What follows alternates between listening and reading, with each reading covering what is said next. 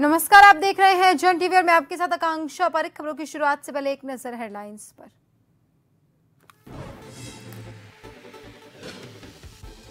अयोध्या में रामलला को पहनाए गए उत्तराखंड के वस्त्र सीएम धामी ने भेंट की थी। एपन कला से बनी पोशाक, मुख्यमंत्री और प्रदेशवासियों ने जताई खुशी।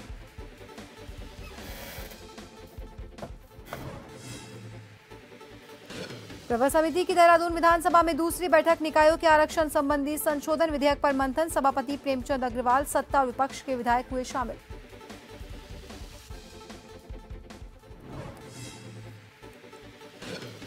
उधम सिंह नगर पुलिस को बड़ी सफलता। 50 लाख कीमत के स्मैक बरामद। एक तस्कर गिरफ्तार, दूसरा आरोपी हुआ फरार।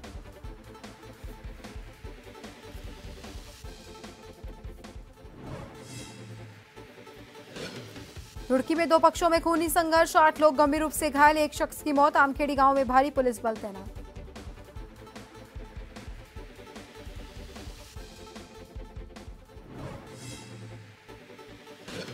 और चंपावत में बंद सड़कों से जनजीवन अस्त व्यस्त। डूंगरा बोहरा क्षेत्र में पैदल मार्ग और रोड 13 दिन से बाधित। घरों में कैद हुए ग्रामीण। बीमार छात्रा को डोली से पहुंचाया अस्पताल।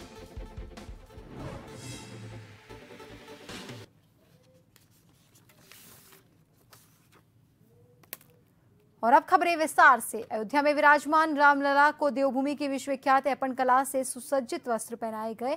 ये न सिर्फ उत्तराखंड की पारंपरिक कला और समर्पण का प्रतीक है, बल्कि इसने राज्य की सांस्कृतिक समृद्धि को राष्ट्रीय पटल पर एक नया गौरवशाली अध्याय जोड़ा है। इस पोशाक को उत्तराखंड के शिल्पकारों ने मुख्यमंत्री पुष्कर सिंह धामी की प्रेरणा से तैयार किया है और स्वयं मुख्यमंत्री ने इसे अयोध्या पहुंचाकर श्री राम मंदिर में भेंट किया था। मुख्यमंत्री धामी के गतिशील नेतृत्व में प्रदेश की लोक कला, संगीत, नृत्य और शिल्पों के संवर्धन की दिशा में भी कई ठोस कदम उठाए जा रहे हैं। मुख्यमंत्री धामी न सिर्फ राज्य के स्थानीय हस्तशिल्प और कारीगरों को प्रोत्साहित कर रहे हैं, बल्कि राज्य के युवाओं को भी अपनी सांस्कृतिक जड़ों से जोड़ने और इसे संजोने की प्रेरणा दे रहे हैं।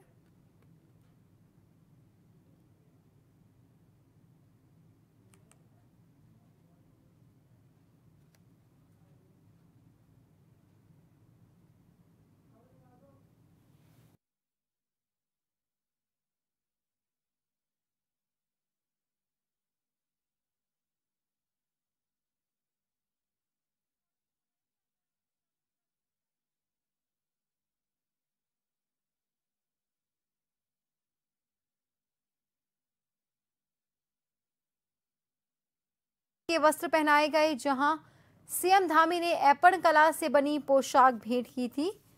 धामी के गतिशील नेतृत्व में प्रदेश को लोक कला, संगीत, नृत्य और शिल्पों के संवर्धन की दिशा में कई ठोस कदम उठाए जा रहे हैं। मुख्यमंत्री धामी न सिर्फ राज्य के स्थानीय हस्तशिल्प और कारीगरों को प्रोत्साहित कर रहे हैं, बल्कि राज्य के युवाओं को भी अपनी सांस्कृतिक जड़ों से जोड़ने और इसे संजोने की प्रेरणा दे रहे हैं।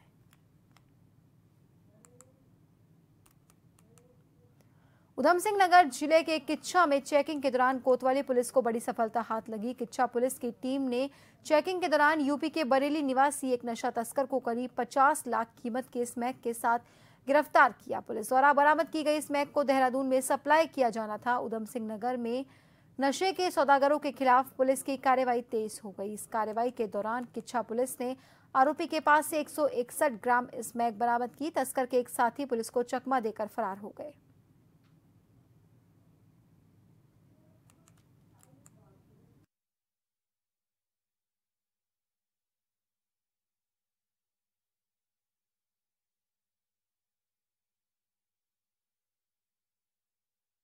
किच्छा इंस्पेक्टर को कल शाम एक सूचना प्राप्त हुई जिसमें कमल सिंह नाम का एक व्यक्ति नशे का व्यापार करने के लिए रुद्रपुर की तरफ जा रहा है, जिसमें किच्छा इंस्पेक्टर के द्वारा दीवान सिंह बिष्ट सब इंस्पेक्टर को लगाया गया, जिसमें इस कमल सिंह को गिरफ्तार किया गया। इसके पास से कुल 161 ग्राम स्मैक बरामद हुई, जिसकी अंतर्राष्ट्रीय बाजार में कीमत लगभग 50 लाख है। ये एक बहुत बड़ी खेप है जो उधम सिंह नगर में इस अपराधी के द्वारा ले आया जा रहा था। इसके आपराधिक इतिहास की भी जानकारी ली जा रही है और इसके साथ जो अन्य लोग थे उनकी भी जानकारी ली जा रही है। ग्राम पंचायत की जमीन को लेकर मंगलौर कोतवाली क्षेत्र के आमखेड़ी गांव में दो पक्षों के बीच धारदार हथियारों के साथ जमकर खूनी संघर्ष हुआ, जिसमें एक ग्रामीण की मौत हो गई और आधा दर्जन लोग गंभीर रूप से घायल हैं, जिन्हें हायर सेंटर रेफर किया गया। खूनी संघर्ष की सूचना मिलने के बाद पुलिस के आला अधिकारी घटनास्थल पर पहुंचे और घटना की जांच में जुट गए। खूनी संघर्ष में ग्रामीणों की मौत के बाद से ही गांव में तनाव बना हुआ है। सुरक्षा के लिहाज से गांव में भारी पुलिस बल को तैनात किया गया। घटनास्थल पहुंचे एसएसपी हरिद्वार प्रेमेंद्र सिंह डोभाल ने बताया कि जमीनी विवाद को लेकर गांव के ही दो पक्षों के बीच खूनी संघर्ष हुआ, जिसमें आधा दर्जन से ज्यादा लोग गंभीर रूप से घायल हो गए, जिसमें एक व्यक्ति की उपचार के दौरान मौत हो गई। वहीं कई लोग घायल हैं, जिनका सिविल अस्पताल में इलाज जारी है।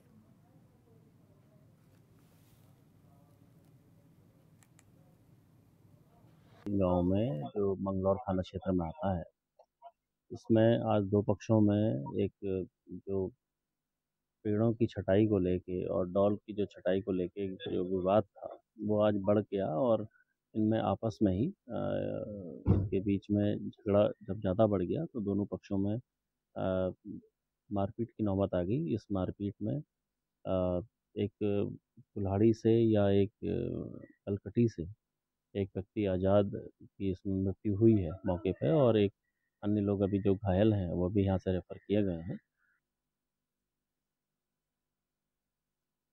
थराली विधायक भूपाल राम टमटा ने थराली विकासखंड के 9 नवयुवक मंगल दलों को क्रिकेट किट बांटते हुए खेलकूद प्रतियोगिताओं में हिस्सा लेने और क्षमता विकास का आह्वान किया। विधायक टमटा ने कहा कि थराली विधानसभा क्षेत्र के सभी विकास खंडों में खेल मैदान बनाए जाने के लिए उन्होंने मुख्यमंत्री पुष्कर सिंह धामी से मांग की है। विधायक टमटा ने लोगों से केंद्र और राज्य सरकार द्वारा चलाई जा रही जन कल्याणकारी योजनाओं का लाभ उठाने की अपील की।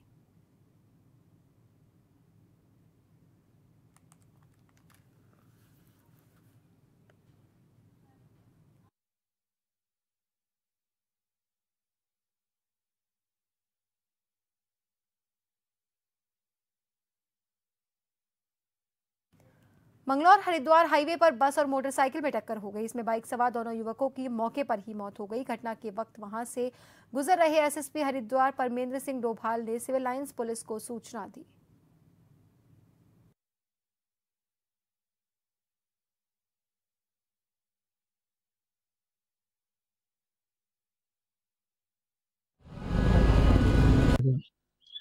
ये रुड़की थाना क्षेत्र में ये बाईपास में ये घटना हुई थी, जिसमें एक बस की टक्कर से दो बाइक सवारों की मौके पर ही मृत्यु हो गई थी। हालांकि उनको हॉस्पिटल अभी ले जाया गया था और उसमें जो बस का जो ड्राइवर है उसको हिरासत में लिया गया है और इन कारणों का हम पता कर रहे हैं कि किस कारण से ये एक्सीडेंट हुआ है और उसमें अविवादी पक्ष जो है जिनकी मृत्यु हुई उनके परिजनों से संपर्क किया जा रहा है और जो भी इसमें आवश्यक कार्रवाई वो की जाएगी।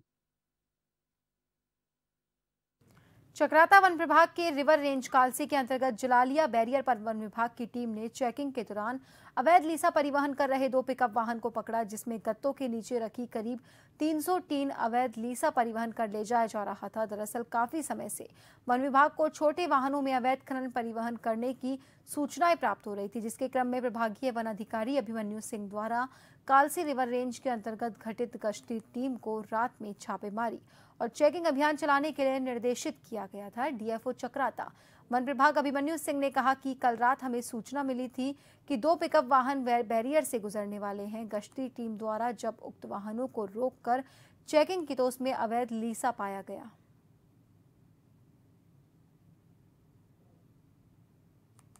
कल रात में हमें सूचना मिली थी कि 2 ट्रक जो हैं वो लीसा के जो है वो बैरियर से क्रॉस कर रहे हैं। हमारी सघन चेकिंग वैसे हम रेगुलर बेसिस पे करते रहते हैं और उसी के दौरान जो है 2 गाड़ी लीसा के जो है इंटरसेप्ट की गई और उनमें कोई भी जो डॉक्यूमेंट्स नहीं थे उनके पास, लीसा के रवन्ना या फिर कोई भी ऑथराइज्ड लीगल डॉक्यूमेंट नहीं थे, जिसके क्रम में उनको वन विभाग ने अपनी अभिरक्षा में लिया गया है। और जो कुछ लोग हैं उसमें जो वाहन के साथ पाए गए हैं उनकी जांच पड़ताल चल रही है, उनसे बयान लिए जा रहे हैं और जो भी भारतीय वन अधिनियम के तहत जो है इसके विरुद्ध जो कार्रवाई किया जा रहा है नियमानुसार, और इसके साथ ही जांच में इसके आगे पीछे जो इसके फॉरवर्ड लिंकेज और बैकवर्ड लिंकेज है उनको भी तलाशा जा रहा है और उसमें विधिवत रूप से जो भी कार्रवाई की जानी है वो की जा रही है। डेंगू के केस लगातार बढ़ रहे हैं। स्वास्थ्य विभाग की रिपोर्ट के मुताबिक अब तक जिले में 68 डेंगू के केस सामने आ चुके हैं। कोटद्वार में डेंगू के सबसे ज्यादा 42 केस सामने आए हैं। इसी तरह से यमकेश्वर में 18, श्रीनगर में 4, रिखणीखाल में 2 और पौड़ी और पाबो में एक केस सामने आ चुका है। स्वास्थ्य विभाग द्वारा सोर्स डिडक्शन की कार्यवाही में 1,91,755 घर में से 9,558 घर में डेंगू का लार्वा मिला है। वहीं 10 लाख कंटेनर में से 17,280 कंटेनर में भी लार्वा पाया गया है, जिस पर स्वास्थ्य विभाग ने 66 लोगों के चालान भी किए हैं। स्वास्थ्य विभाग डेंगू की रोकथाम के लिए प्रभावी कदम उठा रहा है। नगर निगम, नगर पालिका और नगर पंचायत के साथ मिलकर जिले के अलग अलग क्षेत्र में फॉगिंग की जा रही है।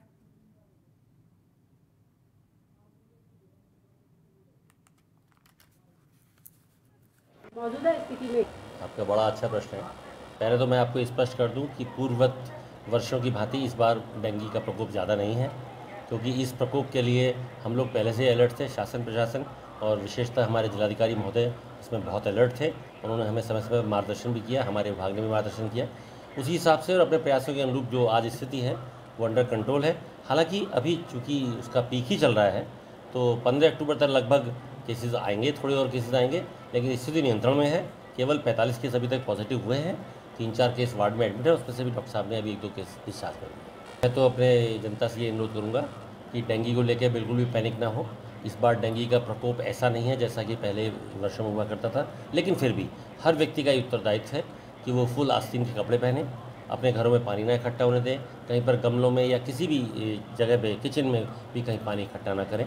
प्रदेश के नेशनल हाईवे पर कई बार गलत तरीके से खुले कट हादसों को न्योता देते हैं, जिन्हें अब गंभीरता से देखते हुए उत्तराखंड ट्रैफिक निदेशालय हाईवे पर खुले सभी कटों का सर्वे कराने जा रहा है, जिसके लिए निदेशालय की तरफ से प्रदेश सभी कप्तानों को निर्देश जारी किए हुए हैं, जो सभी थाना क्षेत्रों में पड़ने वाले नेशनल हाईवे पर रिपोर्ट तैयार करेंगे। और साथ ही हिदायत देते हुए कहा कि किसी भी कट के चलते किसी भी थाना क्षेत्र में कोई दुर्घटना होती है तो उसकी जिम्मेदारी भी अब थाना अध्यक्ष की ही होगी।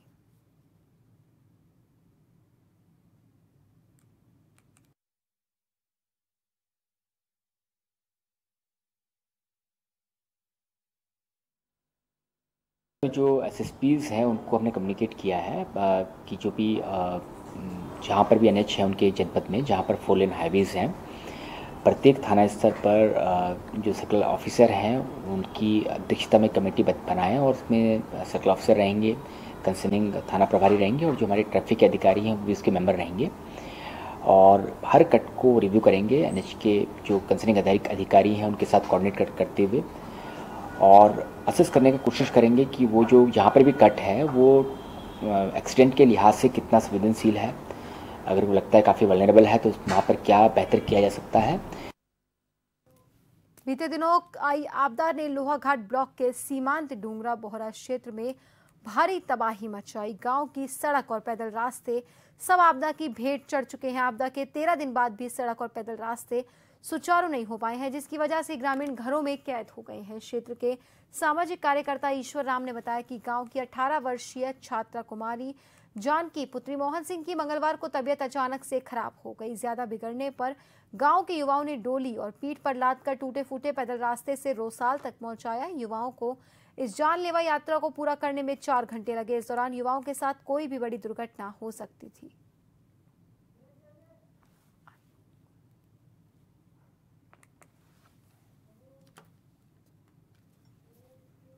और फिलहाल के लिए रुकेंगे एक छोटे से ब्रेक के लिए।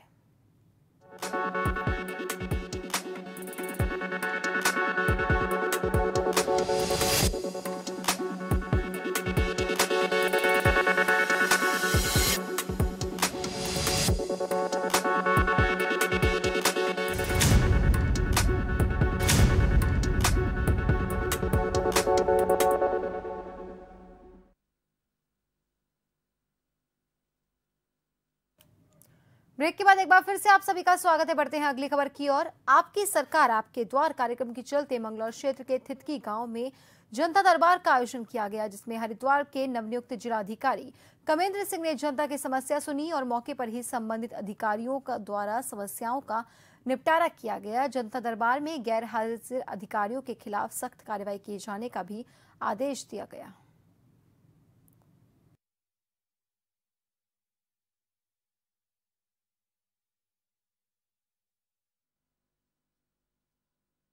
नहीं, सरकार जनता के द्वार कार्यक्रम के अंतर्गत आज पूरा जिला प्रशासन यहाँ पे इस गांव में आया हुआ है, तेतकी गांव में, और यहाँ पर जनता की समस्याओं को सुना गया है। विभिन्न प्रकार की समस्याएं हैं, कुछ अतिक्रमण की समस्याएं हैं, कुछ सड़क की समस्या है, और कुछ लोगों ने बताया है कि उनको जोहड़ जो है वो खोदने की आवश्यकता है, खुदा नहीं हुआ है।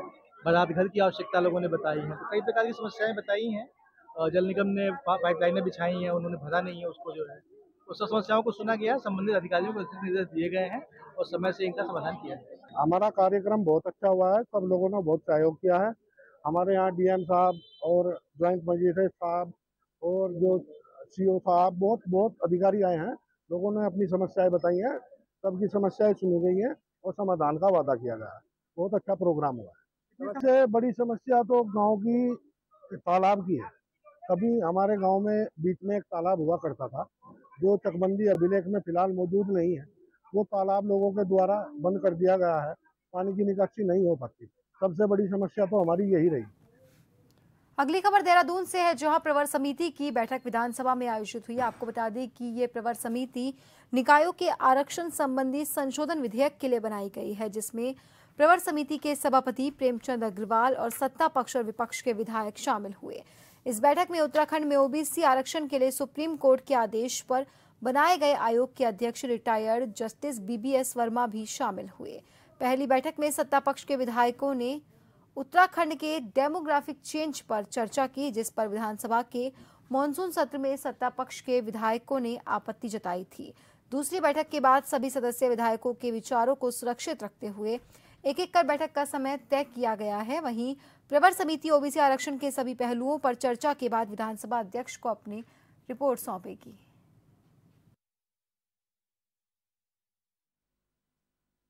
देखिए, प्रवर समिति की आज जो हम लोग बैठे हैं और प्रवर समिति के हमारे सभी सम्मानित साथी उसमें मौजूद थे, मैं उनका भी धन्यवाद कर रहा हूं। और इस बैठक का महत्वपूर्ण हिस्सा हमारे जो आयोग के अध्यक्ष थे बीएस वर्मा साहब, उनसे हमने रिक्वेस्ट की थी कि वो भी हमारी इस बैठक में समय दे सकें।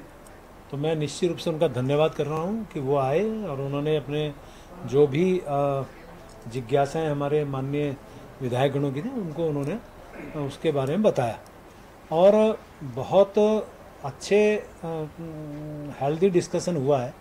सभी लोगों ने अपने अपने विषय और सुझाव रखे हैं। वहीं अगली खबर उधम सिंह नगर से है, जहां पर अवैध खनन के मामले में आपको बता दें कि एसडीएम ने कार्रवाई की है। अवैध वसूली की ये शिकायत है, जहां किच्छा में आधार कार्ड सेंटर पर अवैध वसूली की शिकायत के बाद एसडीएम ने छापामार कार्रवाई की। किच्छा के तमाम लोगों ने एसडीएम कार्यालय पहुंचकर लिखित शिकायत दर्ज करवाई। उनका कहना था कि किच्छा में सिर्फ 2 सीएससी सेंटर हैं, एक सेंटर कई दिनों से बंद पड़ा हुआ है, जबकि बीएसएनएल कार्यालय स्थित सीएससी सेंटर में संचालक द्वारा खुलेआम अवैध वसूली की जा रही है। लोगों ने कहा कि सरकार द्वारा नया आधार कार्ड बनाने और आधार कार्ड अपडेट करने के लिए 50 और 1000 रुपए का शुल्क निर्धारित किया गया है, जबकि केंद्र संचालक में 200 से 700 रुपए तक की खुलेआम अवैध वसूली की जा रही है।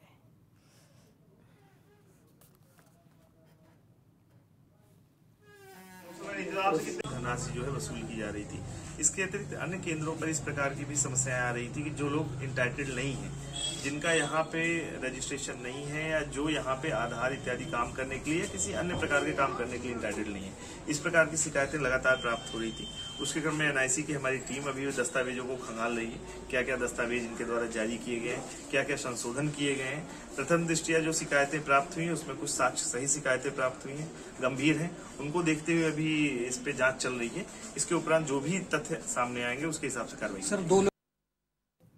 सालों से जर्जर बिल्डिंग में काम कर रहे हरिद्वार नगर निगम के कर्मचारियों और अधिकारियों को अब नया कार्यालय मिलने वाला है। बता दें कि नए कार्यालय की बिल्डिंग का काम भी शुरू हो गया है। शहरी विकास मंत्री प्रेमचंद अग्रवाल ने हरिद्वार पहुंचकर निर्माणाधीन बिल्डिंग का निरीक्षण किया और अधिकारियों को गुणवत्ता का विशेष ध्यान रखने के निर्देश दिए। मंत्री प्रेमचंद अग्रवाल ने बताया कि करीब 9 करोड़ रुपए के बजट से हरिद्वार नगर निगम कार्यालय के लिए नई बिल्डिंग का निर्माण करवाया जा रहा है। 3 मंजिला बिल्डिंग में अधिकारियों और मेयर के कार्यालय बनाए जाएंगे।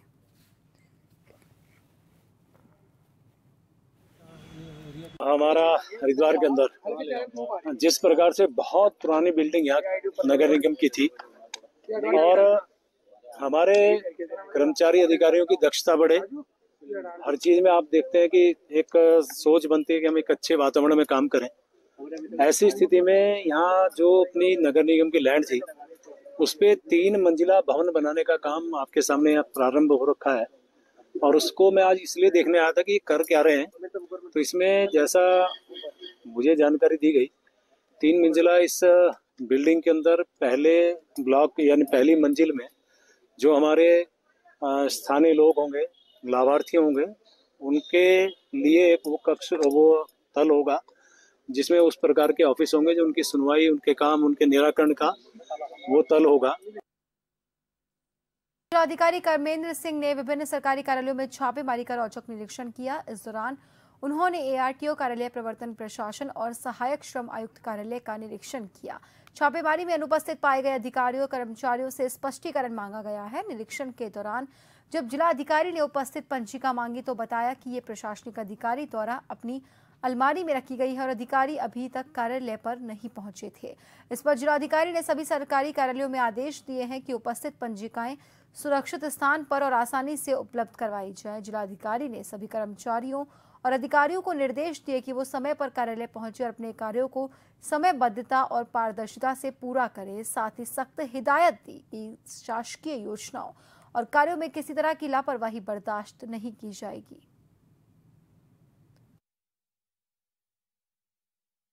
देखिए, मुझे जानकारी मिली थी कि पब्लिक पहले पहुंच जाती है, अधिकारी देर से पहुंचते हैं, इसलिए मैं आज गया था ARTO कार्यालय में और उसके अलावा ALC कार्यालय में भी गया था। तो वहाँ पर ARTO प्रशासन वहाँ पर नहीं पाए गए और ARTO जो दूसरे हैं प्रवर्तन वो वहाँ पे थी लेडी, और बाकी उनका स्टाफ लगभग 80% गायब था। गंभीर स्थिति है, इसलिए हमने स्वयं जाके वहाँ पे देखा और जितने लोग वहाँ पे गायब हैं और समय से नहीं आ रहे हैं उन सबके खिलाफ कड़ी कार्रवाई की जाएगी। और मैं इसके अलावा ALC कार्यालय में गया था, ALC भी समय से उपस्थित नहीं थे कार्यालय में और उनके स्टाफ में भी लगभग आधे लोग नहीं थे। तो मैं आपके माध्यम से सभी विभागों से कहना चाहता हूं कि समय से ऑफिस आएँ, अन्यथा सभी को कड़ी कार्रवाई का सामना करना पड़ेगा। इसमें किसी प्रकार की छूट नहीं दी जाएगी और ये जाँच, चेकिंग और रामनगर में बाल विकास परियोजना के तहत नगर पालिका की आंगनवाड़ी कार्यकर्ता और सुपरवाइजर की ओर से राष्ट्रीय पोषण माह के तहत पर्यावरण संरक्षण पोषण को प्रभावित करने वाले क्षेत्र में एक कार्यक्रम का आयोजन किया गया। सोमवार को कार्यक्रम का शुभारंभ विधायक दीवान सिंह बिष्ट, विशिष्ट अतिथि नगर अध्यक्ष मदन जोशी, ब्लॉक प्रमुख रेखा रावत के द्वारा दीप प्रज्वलित कर किया गया।